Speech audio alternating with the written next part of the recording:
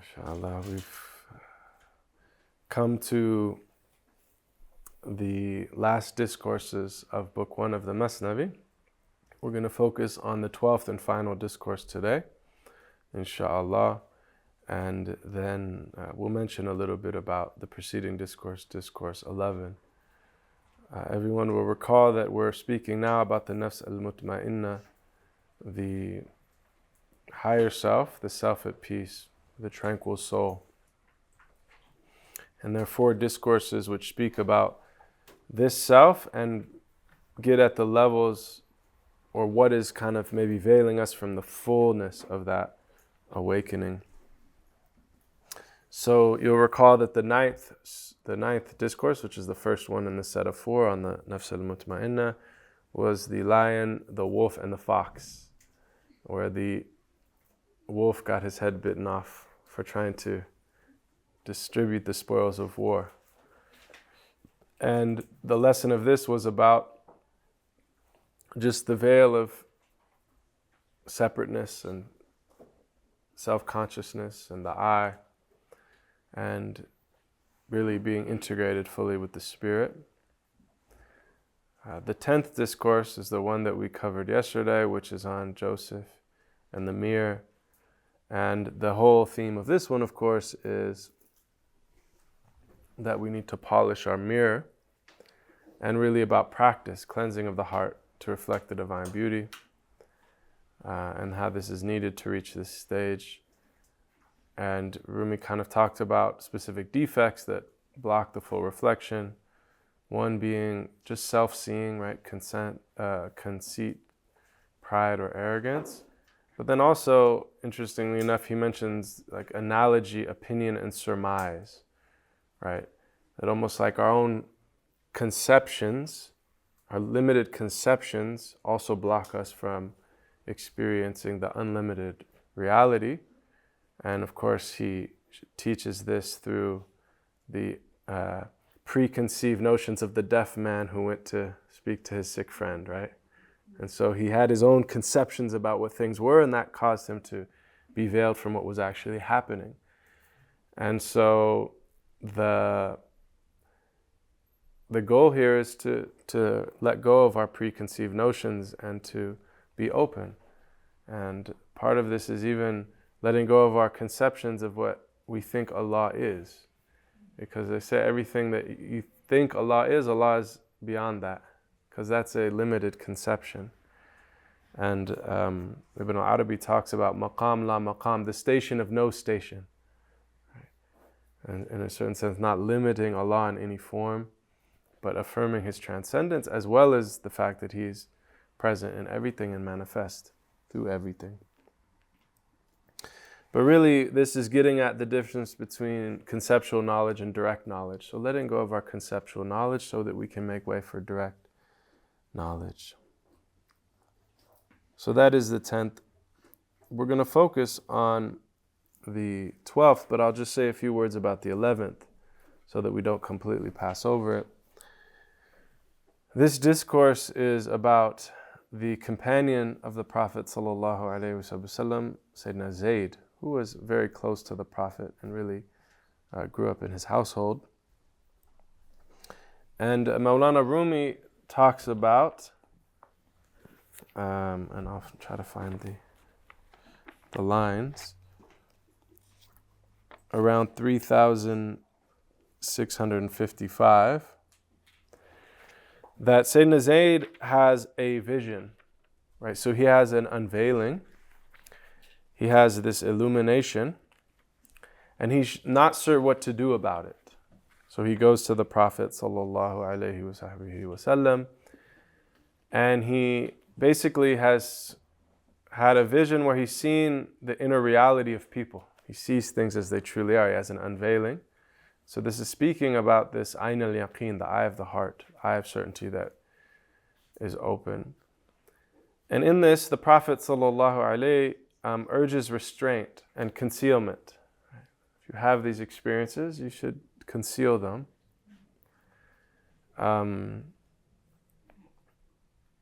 But what's interesting is that the essence of this discourse is in the following few lines, so I'll just read it. So the Prophet, peace and blessings be upon him, said, this is around 3655. My companions are like the stars, a candle to travelers on the way. If everyone had the eye and strength to receive light from the sun of heaven, no moon and stars would be needed to serve as witnesses to the existence of a sun. The moon is saying to the earth and clouds and shadow, I am a man, I am one like you, but it is revealed to me that your God is one God. So the Prophet ﷺ, he's the moon. Prophet Muhammad and all of the prophets of God, they're the moon. And of course, the moon, it receives its light directly from the sun. The sun here symbolically representing the real, al-haq, God, the supreme. And the Prophet is mentioning that his companions are stars. So they all receive that light as well, even if it's not as bright, right? So they all cast this light. And then he has the Prophet saying to Zayd, his companion, like you, I was dark in my nature, meaning I was in non-existence. The sun's revelation gave me such a light as this. Right? I have a certain darkness in comparison with suns. I have light for the darknesses of human souls. Right, so this is very beautiful, is that even though the Prophets, the prophets are reflecting the light of the divine, they are human beings, so that human beings can benefit from them, because we share in them humanness, and that allows us to relate to them and understand them. And if it was just pure light, we couldn't see it, and we'd be blinded. So Allah has mercifully made them humans like us, so that we see the light.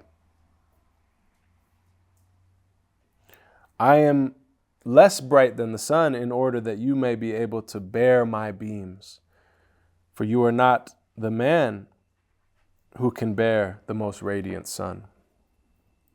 I was woven together like honey and vinegar, that I might find the way to cure sicknesses of heart. Since you have recovered from your illness, O you who were in thrall, leave the vinegar and continue to eat the honey. So now he's saying you've prepared yourself, you can experience this divine light directly. And then the heart of the discourse is this. If the throne of the heart has become restored to soundness and purged of sensuality, right, the lower self, thereupon Ar-Rahman is seated on his throne. The divine compassion is seated on his throne. After this, God controls the heart without intermediary, since the heart has attained to this relation with him. This discourse has no end, Rumi says. So the goal here that the Prophet is training his companions to, and the inheritors of the Prophet are then training the seekers on the path to, is to purify ourselves of heart so that the divine compassion can be seated upon the throne of the heart, and this divine light can guide us directly. Of course, to attain to that, we need prophetic guidance. And so this is really the essence of the 11th discourse. Now, we'll get to the 12th and final discourse, and then inshallah we'll open up for discussion. So the 12th and final discourse is about the famous story of Sayyidina Ali and the knight, the warrior amongst the deniers who he was facing on the battlefield. And this story is very famous, and Rumi, of course, as always, puts his own beautiful poetic commentary on it. And we'll read, inshallah, a good portion of it because it's so beautiful. But the story is that Sayyidina Ali, the fourth caliph and the dear companion and cousin of the Prophet Muhammad sallallahu alaihi karamallahu wajh, who is this archetype of spiritual chivalry. He was a great warrior, and he was a great spiritual master. And so on the Sufi path, he represents the archetype of spiritual chivalry. So he was on the battlefield against these tyrannical oppressors who were seeking to stamp out the light of La ilaha illallah. And he met his foe in battle, and he vanquished him. And he knocked the sword of his enemy away. And this enemy, right, saw that this was it for him, and he was going to be killed. And so as his last act, he spat in the face of Ali. And when he spat in the face of Ali, Ali put down his sword and said, "You're free, go." And so he looks, he said, "Go, kill me, like, go ahead, kill me. You beat me fair and square." He said, "No, you're free." And of course, this enemy warrior then asks Ali, like, why are you sparing me? You beat me fair and square, it's your right. We're warriors. We both agreed to do battle on the battlefield. You beat me fair and square, it's your right to take my life. Why did you deny? And so this gives Ali's response. And I'm just going to read it. It's a bit long, but it's one of the most beautiful passages. It's really the culmination of book 1, is his response. So he says, and just imagine this great warrior, great saintly warrior who's just defeated this enemy who is trying to fight him. The enemy is fighting from this ego and from this desire to stamp out light. And Sayyidina Ali, this representative of pure light, is responding to him after he's vanquished him and spat in his face and refuses to kill him. He says, "I am wielding the sword for God's sake. I am the servant of God. I am not under the command of the body. I am the lion of God.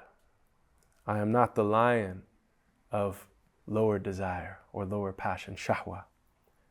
My deed bears witness to my spiritual path.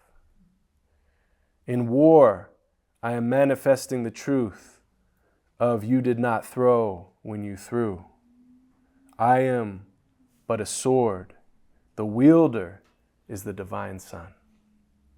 So this verse in the Quran, "you did not throw when you threw," ma ramaiti idha ramait, is when referring to the Prophet ﷺ, when he threw some dust at those that were opposing him, and it said, "You did not throw when you threw, but Allah threw." So this state of being where you are like this empty vessel where the divine is actually moving through you. So he said, in war I am manifesting that. He said, "I have removed the baggage of self out of the way. I have deemed what is other than God to be non-existence. I am a shadow. The sun is my Lord. I am the chamberlain. I am not the curtain which prevents approach to him. I am filled with the pearls of union, like a jeweled sword. In battle, I make men living, not slain."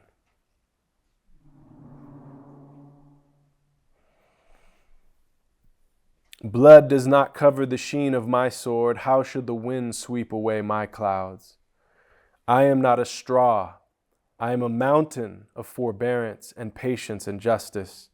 How should the fierce wind carry off the mountain?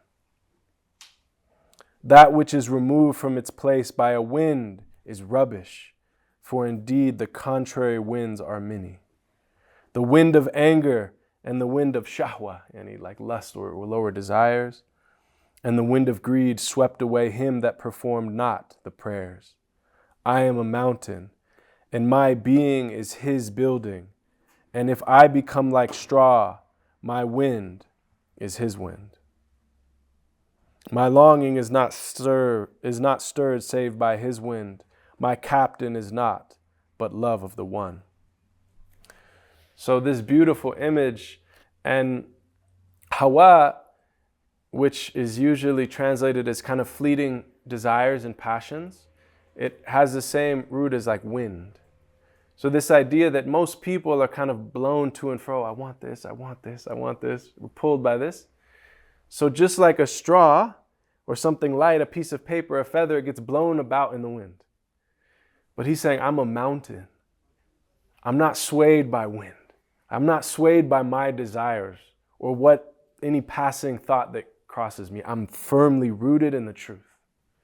It doesn't even matter if it's a violent wind. It won't shake me. It won't shake the mountain, right? Then he says this beautiful, beautiful teaching. Anger is king over kings, and to me it is a slave. Even anger I have bound under the bridle. The sword of my forbearance, yani hilm, has smitten the neck of my anger. The anger of God has come on me like mercy. I am plunged in light, although my roof is ruined. I have become a garden, although I am made of dust. So he's going on to say that if we think about this, of course, in the human hierarchy, the king is the loftiest position and a slave is the lowest. But he's saying a king that is slave of his own desires and his own lust and his own fleeting passions, he's a slave. He's a slave. Doesn't matter his kingdom, he's weak. He said, whereas I am a slave who has made my own anger my slave. So I am free, right? Someone who is outwardly a slave, but inwardly has mastered their desires is the true king.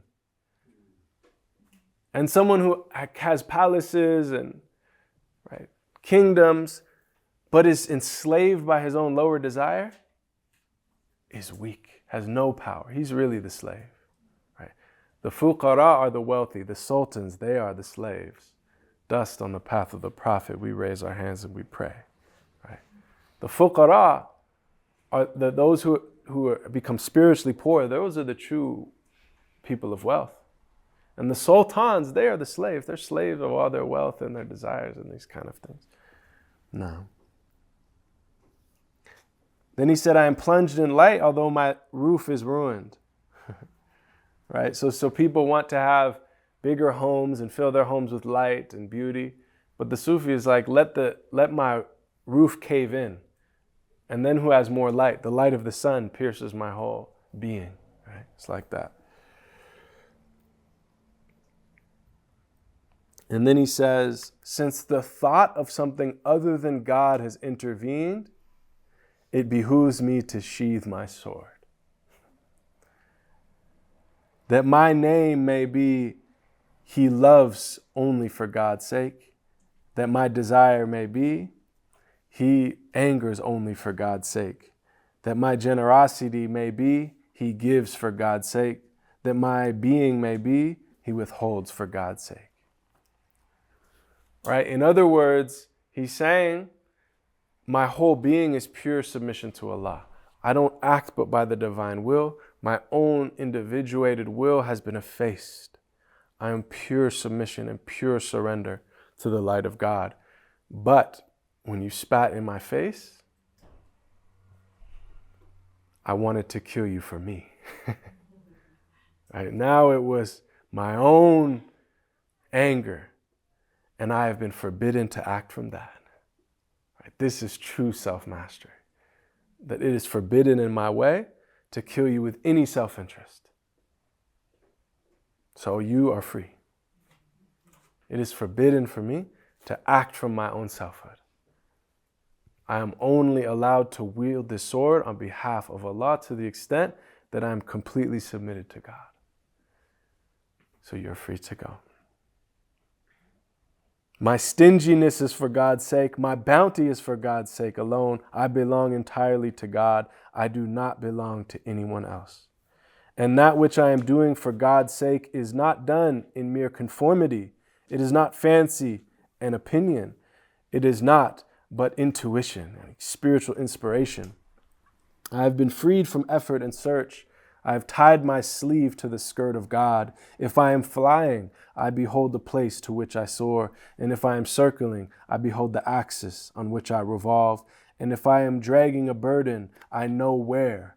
I am the moon, and the sun is in front of me as the guide. There is no possibility of communicating more than this to the people. In the river, there is no room for the sea. I speak low according to the measure of their understandings. It is no fault. This is the practice of the prophet. I am free from self-interest. Hear the testimony of a free man, for the testimony of slaves is not worth 2 barley cones. Right? So here he's saying, you may be a king, but if you're a slave to your low desires, your testimony isn't worth anything. The testimony of the free man or free woman is the one who is free from self-interest. Right? And that's true. Because if someone tells you something, but they're not free from self-interest, it's colored with what they want out of it. Right?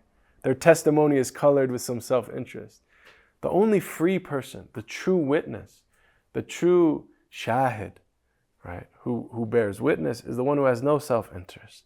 They're just telling the truth as it truly is. Just like if a witness is brought in court and they know, right, someone involved, the plaintiff or the victim, or they're going to have some self-interest. They can't be drawn as a witness. That you're out, you're out. Someone who doesn't know any party, they're seen as an objective witness. This is like the one without any self-interest. We've been called to be like this. In God's, and then he says, in God's sight, the slave of shahwa, any of lower desires or lust, is worse than menials and slaves brought into servitude. For the latter becomes free at a single word from his master, while the former lives sweet but dies bitter. The slave of lust or shahwa has no means of release at all except through the fadl, the grace of God and his special favor, an'am khas, his special blessing. He has fallen into a pit that has no bottom, and that is his own wrong action. It is not divine compulsion and injustice. He has cast himself into such a pit that I find no rope capable of reaching its bottom. Right. So this is really the teaching of the Sufis, is the free people are those who are free from their lower desires. And those who are not free, those who are enslaved, are those who are dominated by their lower desires. And that's why in our land, in our country, right, life, liberty, and the pursuit of happiness, that human beings in the modern world, they have never been more free to pursue their fleeting desires. Right? The average person has more access to plenitude than a king hundreds of years ago, just on Uber Eats. Right? Anything you want. Right? And right, any desires, you can Google it, you can fulfill your desires. But yet, and pay attention, it is funny, but it would be funny if it wasn't so sad. Because never has there been a time where people are filled with more anxiety and more depression and more suicidal and more isolated and more angry and more malcontent than any time in human history. And according to the ethos of our age, right, the quote unquote enlightenment and the liberal age, and right, the theory was, the more we can fulfill our desires, the happier we should be. We've run the experiment. Something went wrong. And they don't know what. It's like, what happened? Because according to the theory of existence, it should work. Maybe more desires. Maybe if we just, right, change things more and let people choose more things. And now, right, how many pronouns and gender identities, and maybe I'll be happy now.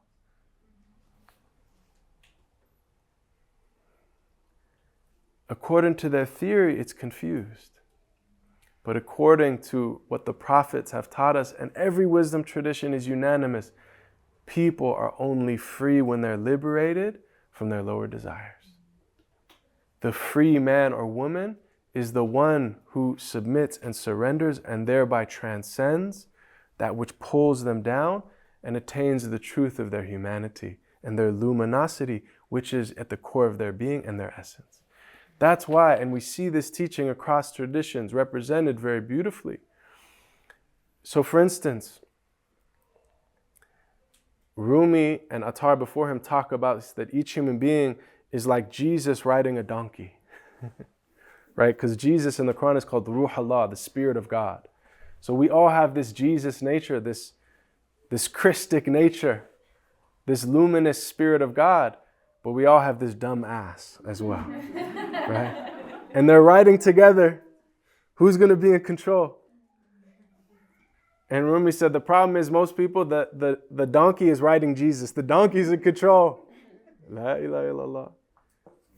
But this is also taught throughout tradition. So for instance, the Buddha said, each person is like a man riding on top of an elephant.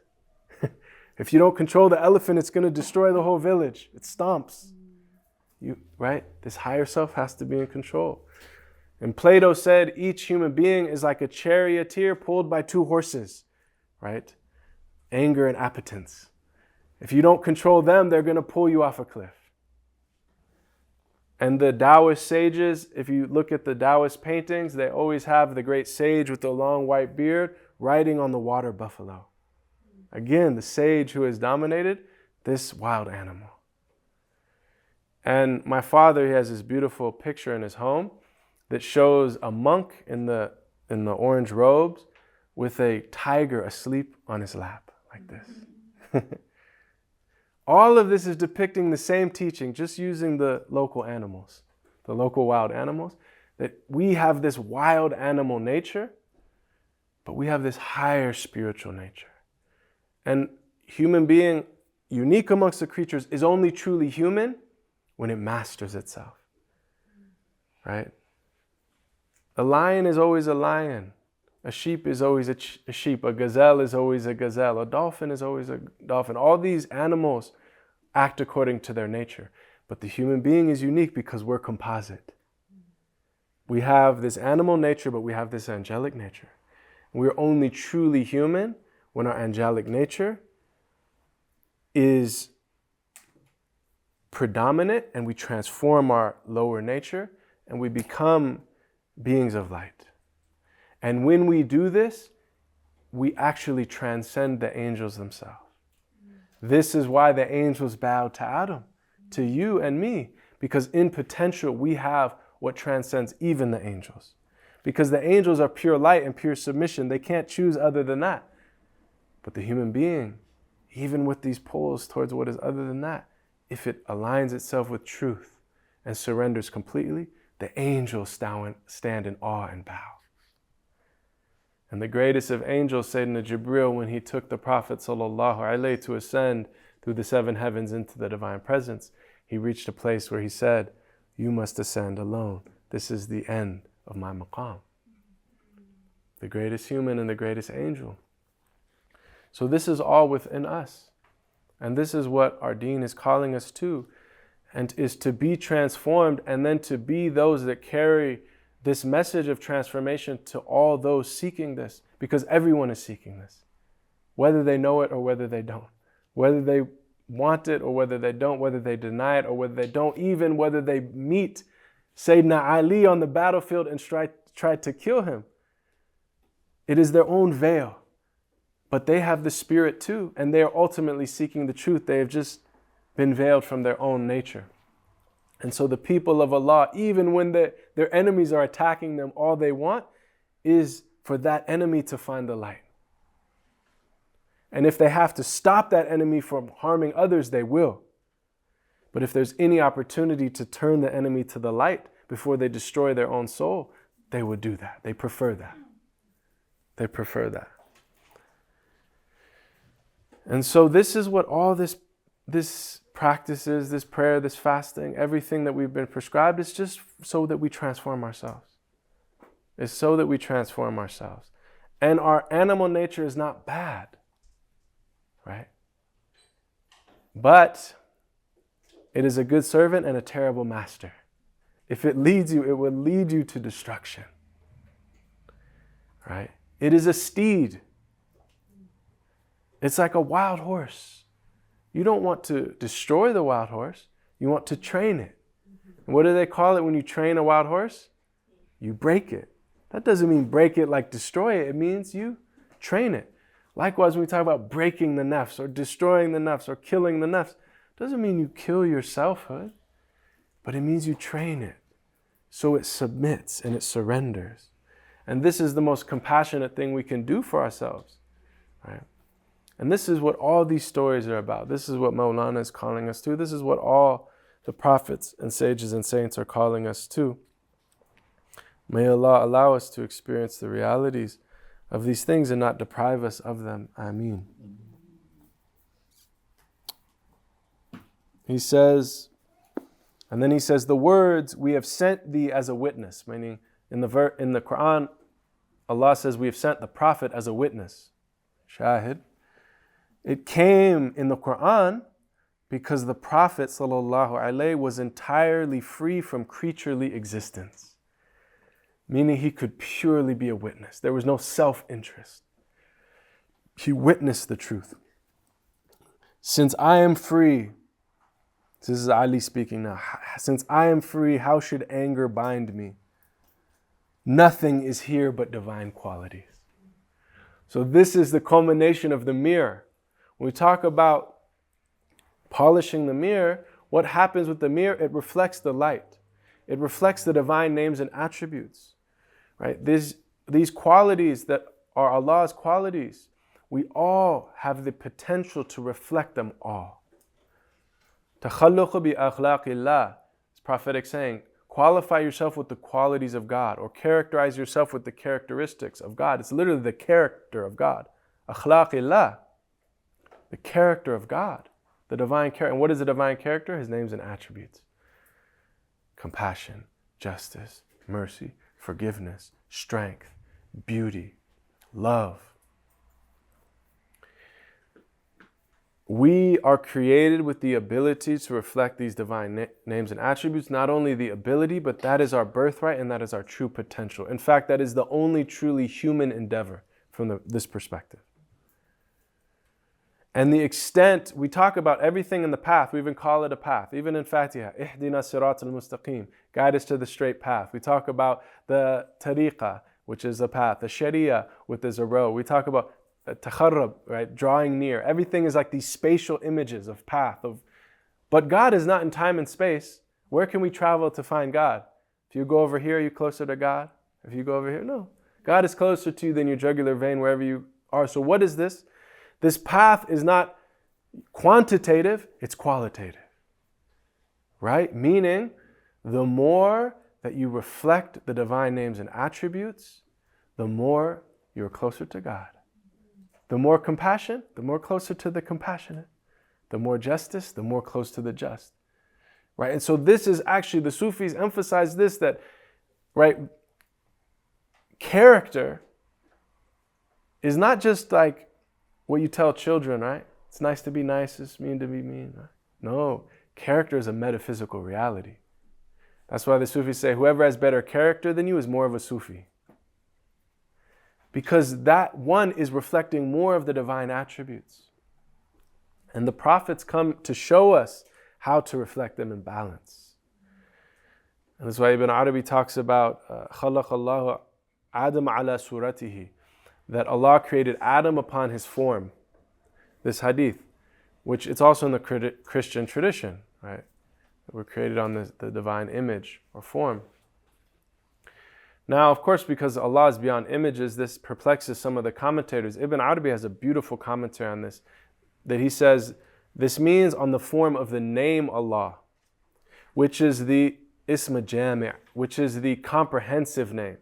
So what he's saying is that everything in existence reflects one or more of the divine names, or it wouldn't exist. And so all of the names are within existence, but differentiated. But the human being unique amongst creation can reflect all of the names in one being. And this is in the Quran, it's in Surah Al-Baqarah, right? Alama Adam al-asma kullaha. And he taught Adam the names, all of them, right? When he created Adam, what was the first thing that Allah did? Taught him the names, all of them. This is indicating that we have this potential to reflect all of the divine names and attributes. And this is why we are stewards upon the earth, because we honor every creature and every animal and every plant and every star, because we see that it reflects the names of God. But we are unique amongst creation. We're the stewards, right? We have something that is like everything else in existence. In fact, everything in existence is within us, right? There's the macrocosm and we're the microcosm. We're the microcosmos. We're the small cosmos, each one of us. And everything in existence is within us. That's why we can know things. Everything we can know because it's already in us. So the whole cosmos is a mirror of the divine names, and we are a mirror of the divine names. And we see reflected in the cosmos the names that we also reflect. Right? We will show you our signs on the horizons and within yourselves until it becomes clear that this is Al-Haq subhanahu wa ta'ala. Since I am free, how should anger bind me? Nothing is here but divine qualities. Come in, for the grace of God has made you free, because his mercy has precedence over his wrath. This is a hadith. Prophet says so. Rahmati sabakhat ghadabi. The divine voice says, my mercy precedes my wrath or overcomes my wrath in another narration. Come in now, for you have escaped from peril. You were a common stone. The elixir has made you a jewel. You have been delivered from unbelief, and its thorn thicket blossom like a rose in the cypress garden of Hu. You are I, and I am you, O illustrious one. You were Ali. How should I kill Ali? He's talking to his enemy like this. La ilaha illallah. You are I, and I am you, O illustrious one. You were Ali. How should I kill Ali? You committed a sin better than any act of piety. You have traversed heaven in a single moment. Very fortunate was the sin which the man committed. Do not rose leaves spring from a thorn? Was not the sin of Umar and his attempt on the life of the Prophet ﷺ leading him to the gate of acceptance? Right? We know Sayyidina Umar went to kill the Prophet. That was his intention. Right? But when he heard his sister reciting the verse of the Quran, it pierced his heart. So his intention was the worst thing you could do, but it turned to light.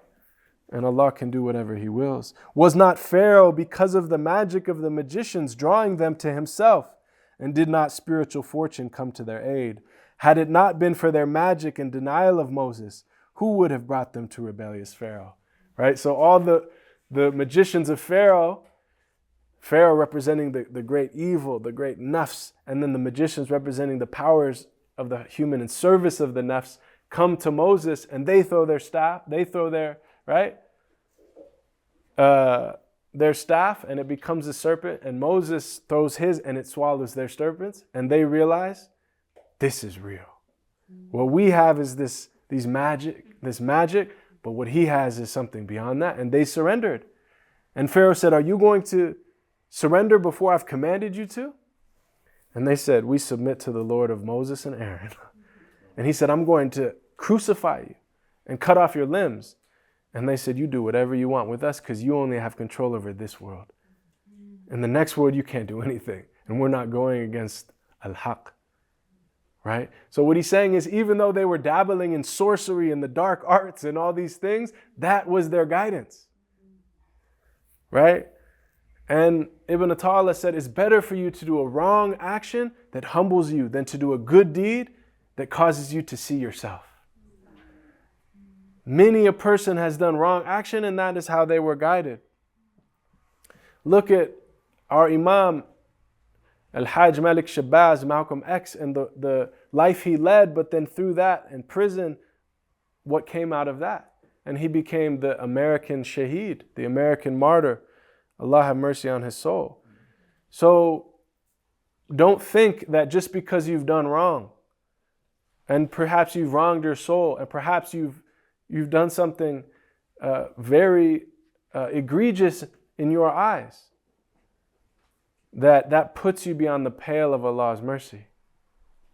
Sayyidina Umar was going to kill Habib Allah, Allah's beloved. And what did Allah do to Sayyidina Umar? Made him one of the greatest that has ever lived. So Allah can do anything with us, and we should have husn dhan of Him, subhanahu. How would they have seen the rod and the miracles? Disobedience to God became obedience. God has smitten the neck of despair, inasmuch as sin and disobedience have become obedience. Since He changes evil acts into good, He makes it, the disobedience, an act of obedience in spite of the slanderers. By this mercy of God, the accursed shaitan is driven away and bursts with envy and is cloven asunder. He strives to foster a sin in us, and by means of that sin bring us into a pit. When he sees that the sin has become an act of obedience to God, there comes round for him an unblessed hour. Come in, I open the door for you. You spat on me, and I give you a gift. Since things I am giving to the doer of iniquity, you see in what fashion I lay my head before your foot. What then do I bestow on the doer of righteousness? No, I bestow treasures and kingdoms everlasting. And he says, there is no hatred of you in my soul, because I do not regard this act as proceeding from you. You are God's instrument. God's hand is the real agent. How should I assail and oppose God's instrument? He, the knight, said, right, so now he's responding. For what reason then is retaliation sanctioned? And Ali says, it is too from God's mystery, and that is hidden. And then he goes on to say, contraries are manifested by means of contraries. And he goes on to say, so this is really one of the most beautiful passages that gets at what we're really after, is this level of selflessness and the people of Allah. And this is why they're so able to forgive those that wrong them. It's not simply that they are nice people. Don't think that this affair is just about being nice people. We should strive for something higher. This affair is about reflecting the names and attributes of God and seeing that Allah is the fa'il, Allah is the doer behind every act. When the veil is lifted, we'll see that la hawla wa la quwwata illa billah. There is no strength, no power, but by God. And not a leaf falls, but by the divine wisdom. And we may not understand the wisdom in what happens, but there is wisdom in everything that happens. And the people of Allah, they're not veiled by outward form from seeing that it is Allah that is manifesting every condition for our own spiritual growth. So that's why they say there's two saints. One of them is rich and one of them is poor. So the rich came to the poor and he said, I give, but not to you. Right? And the poor said, I take, but not from you. They just saw that it was Allah. It's Allah's. Everything is Allah's, this whole affair. And the people of Allah, they're not veiled from that. They talk about 4 major levels of La ilaha illallah, this invocation that we've been reciting. And there are many levels. In fact, there are infinite levels of La ilaha illallah, but the 4 main ones that they talk about is, first is the outward meaning. No God but God. That means there's not another deity, nor an idol that has any strength or power, and anything that has strength or power is gifted from God. This is Tawheed. This is the first step on the path. This is La ma'bud illallah. In Arabic, nothing is worshipped but God. We don't worship anything other than God. The second level, La maqsood illallah. Nothing is intended but God, or nothing is sought but God. This is where, as we progress on the path, everything we do, we intend a higher purpose. Right? And we mentioned that even if we're going to the grocery store, we intend a higher purpose. Even if we're eating a meal. we remember God by it. We intend to be in a state of gratitude. We intend to be given strength for worship and for doing good deeds. We intend all these things. Then it becomes an act of worship, right? Everything we intend becomes an act of worship. Even physical intimacy, for instance, between spouses, the Prophet ﷺ, he said it's an act of worship. They said, is that really an act of worship, Ya Rasulullah? He said, if you fulfilled your desires outside of that sacred bond, would it not be a wrong action? They said, yes. He said, then to do it within that sacred bond is an act of worship. If we have right intention and right understanding, it will draw us nearer to God. Everything will draw us nearer to God. And so the people of the path, they seek that every step is for Allah. Every action, every interaction, even going and just laughing with your friends. I heard people were staying out till 2 a.m. last night. If you have proper intention, that's an act of worship. And that will draw you nearer to God. May we be people of intention. This is maqsood. The third level, and this is when you're so focused on intention that it leads eventually to La mawjood illallah. Nothing exists but God. This is fana fillah people talk about. Extinguishing in God, annihilation in God. This is when the person is so single focused on the divine and invoking the divine and intending the divine that even their own selfhood is absent and all there is the divine reality. This is a high maqam, a high station. And it is attained by single-minded focus and invocation and consistency in that. Now, this is fana. La mawjood illallah. The person in that state, they're not aware of multiplicity. They're not aware of you or me. But interestingly enough, that's not the highest maqam. The highest maqam is la mashhud illallah. Nothing is witnessed but God. This is when you come back, so to speak, from that state of your selfhood being extinguished in the light of God, and you retain your selfhood and your awareness, but now you're seeing everything through the light of God. And you're seeing that everything is manifested by God. And everything is a mirror reflecting the names of God and the light of God, and not just theoretically, but experientially. And you're just seeing everything as the act of God. You see that nothing exists, there is nothing in existence but the essence of God, the attributes of God, and the acts of God. Everything is one of those three. And you're never veiled. Those are the awliya, and that's the highest station. And that is when you're with the people of God, they look at you through that light. They just see you as a mirror of the divine attributes and a manifestation of the divine acts. This is higher even than extinction.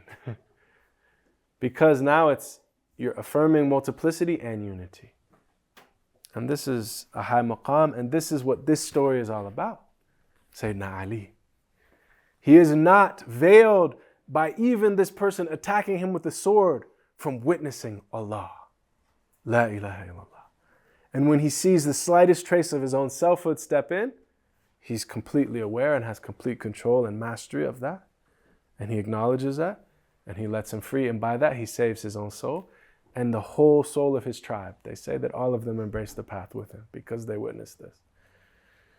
So, of course, this is the culmination story that Hazrat Maulana tells to inform us what is possible.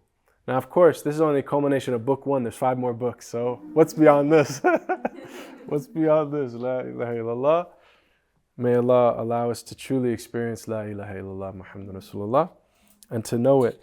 May Allah make us people that don't just have the outer skin of the Mathnawi, but its inner reality.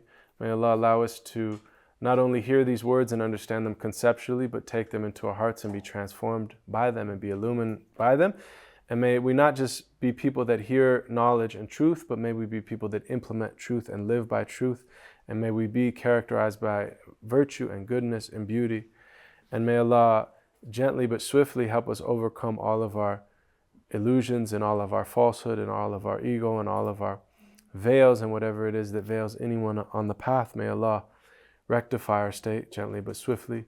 O Allah, we turn to you and there is no one else to turn to.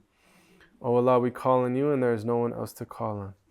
O Allah, we witness that you have sent us into this world, and we express gratitude for everything that you have given us, and even this expression of gratitude is your gift to us, Ya Arhamar Rahimeen. O Allah, we ask, we beg, Ya Allah, that you don't deprive us of fulfilling the true purpose for which you created the children of Adam, the true purpose for which you created human beings. Make us those who know you as you love to be known. As you said, you are a hidden treasure that love to be known. May we be your true knowers, Ya Allah. May we be your true arifeen, Ya Allah. May we be the ones who truly love you and know you and surrender to you and reflect your names and attributes, Ya Allah, and follow the way of your prophets. Peace and blessings be upon them all, and truly be illuminated by the way of La ilaha illallah Muhammadun Rasulullah. Oh Allah, we ask this, Ya Allah, knowing that you are the generous one, and knowing that you love to answer, and knowing that you love when your servant asks for a great thing, even though we know our shortcomings and our weakness, and that we have no worthiness and that we are distant from these lofty things. We know that you are Allah, and you can do whatever you will. Ma sha'Allahu kan wa ma lam yasha lam yakun. Whatever Allah wills and what He does not will is not. And so we ask, Ya Allah, that our will surrender to your will, and our desire surrender to your desire, and that we become truly in harmony with your light, and truly in harmony with your names, and that we be those who truly surrender and truly submit and truly enter into ubudiyah, true servitude. And we ask you, Ya Allah, that you bless Hazrati Maulana and Hazrati Shams and all of their teachers and all of their guides and all of those who kept the way alive, and all of the masters in our time who have benefited us and blessed us, and all of our shuyukh and all of the awliya and all of the salihin and all of the Ahlul Bayt and all of the Anbiya and all of the people of La ilaha illallah, Ya Arhamar Rahimeen, and bless us to be with them in this world and the next.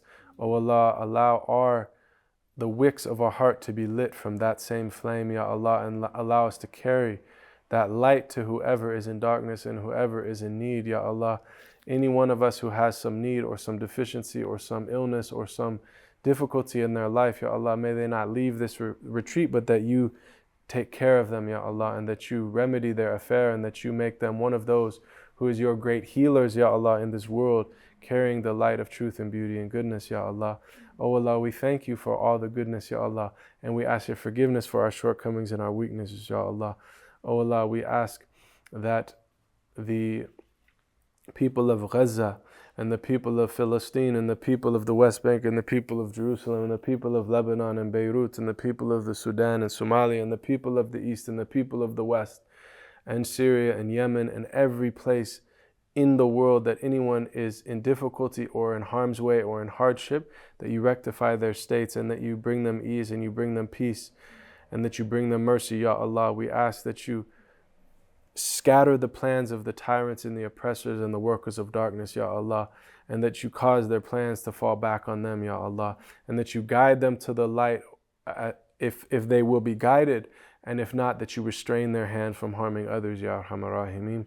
O Allah, protect us from harming anyone and make us of those who are truly turning back to you. We repent to you of all of our wrongs and all of our sins and all of our veils, Ya Allah, asking you to keep us amongst those who never turn back from those and give us a true tawbah, Ya Allah, so that we can walk in the path of light evermore, Ya Arhamar Rahimeen. Ameen. Ameen. Ila hadrat Nabi al-Fatiha.